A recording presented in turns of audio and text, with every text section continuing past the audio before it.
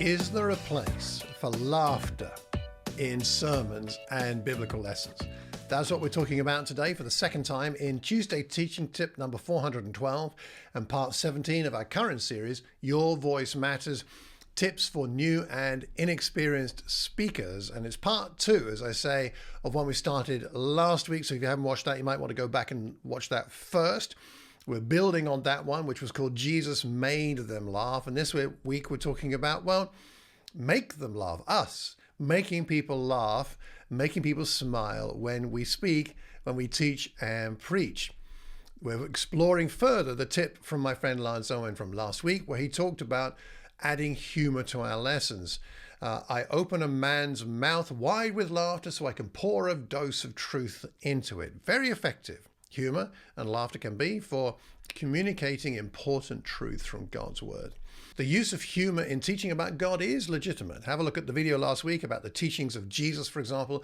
Or, just to add to that, you could take the example of Elijah in 1 Kings 18 when he says, it says, at noon, Elijah mocked them, saying, "Cry aloud, surely he is a god. Either he is meditating, or he has wandered away, or he is on a journey, or perhaps he is asleep and must be awakened." 1 Kings 18:27. He's mocking. It's funny.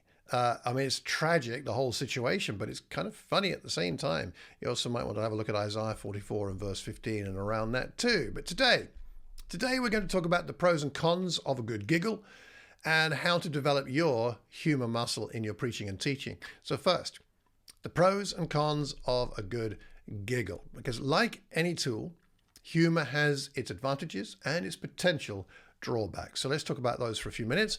The pros first, the pros of humor. Firstly, humor in a lesson increases engagement, that connection.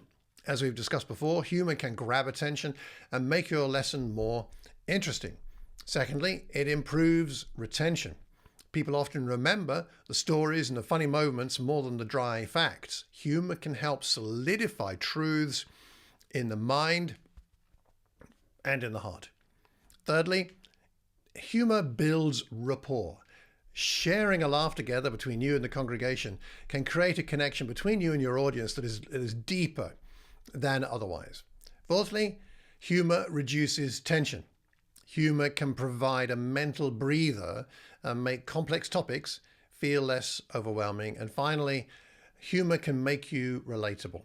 Showing your human side, especially through something like self-deprecating humor, can make you seem more approachable and more like one of the people that you're speaking to, which you are, but it can help to connect you in that way.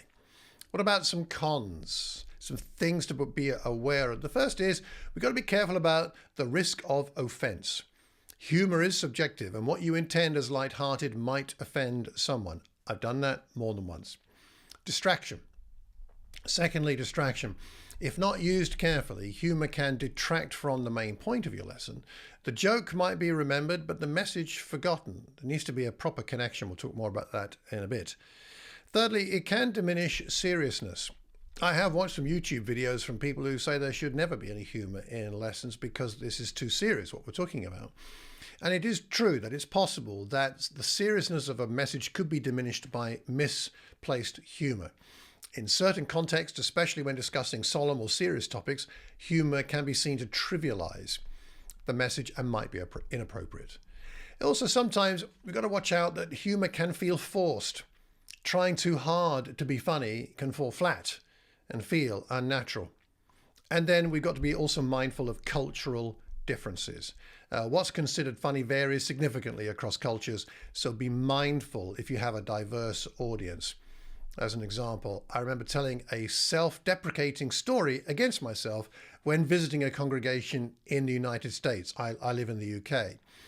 I told that self-deprecating story, which back home made people laugh and made a good connection with the audience. I told it in the United States and it fell completely flat. I think rather than thinking it funny that I would tell this self-deprecating story, the audience felt sorry for me, which was not the intended effect and didn't help with the lesson. Maybe it was difference between British and United States humor. Maybe it was that particular part of the United States or that particular congregation. I don't know. But I failed to recognize that there's a difference in culture. Now, having talked about the pros and cons, let's talk about developing your humor muscle. You can develop it. You can grow. You may not think of yourself as funny. You don't have to be a funny person. You can still use humor in your lessons, even if it doesn't come naturally. Like any skill, your humor capacity can be developed. Here are a few tips to help you get started. Number one, start small and safe. Keep it small and safe at the beginning. You don't need to become a stand-up comedian overnight. In fact, you don't have to become one at all. Begin with gentle, inoffensive humor, perhaps some self-deprecating jokes, or observations about common experiences. You don't have to be sophisticated. Next, observe daily life. Pay attention to the funny things that happen around you, the ironies, the absurdities.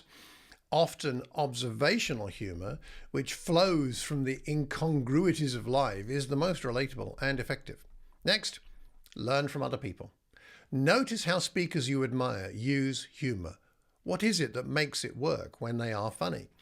Is it their timing, their delivery, the type of humor they use?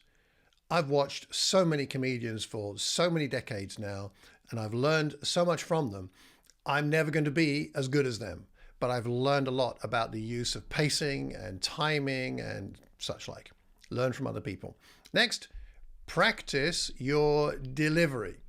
Humor, like all speaking, but perhaps more than any other particular genre, humor relies on timing to be effective. It's the timing, it's how you say it. So practice telling your anecdotes, your jokes, your stories. Tell them out loud to yourself, maybe on camera to yourself, and you can watch it back to get a feel for the rhythm of what you're doing. And don't worry about getting it wrong. Sometimes your struggle to tell the joke will be as helpful to your audience as the joke itself, but do practice. Next, know your audience. What one group finds funny, another might not. So be mindful of your audience's background and sensitivities. Testing the waters with less risky humor initially can be a good strategy. And finally, in this section, connect humor to your message. Make sure it's connected to what you're talking about. The best humor isn't random. A little bit of banter here and there is fine. But in terms of planning in the humor, the best of it isn't random. It supports and enhances your message, God's word.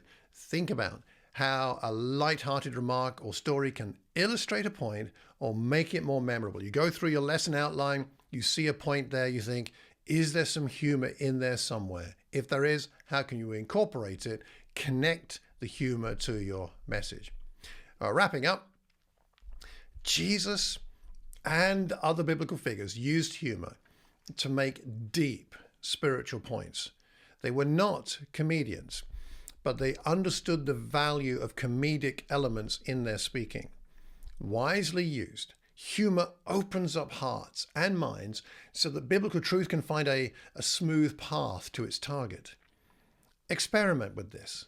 Be brave and note what works and what does not work.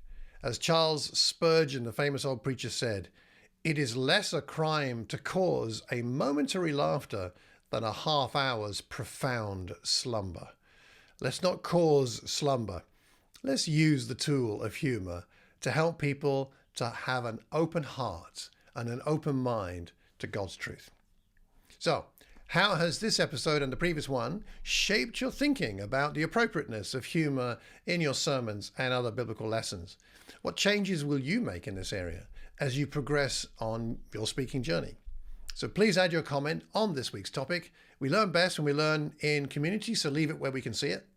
By the way, do consider joining us for AIM UK and Ireland. Our current module is New Testament Survey. You can find the details on the website. If you have any questions about the Bible, drop them my way, malcolm@malcolmcox.org.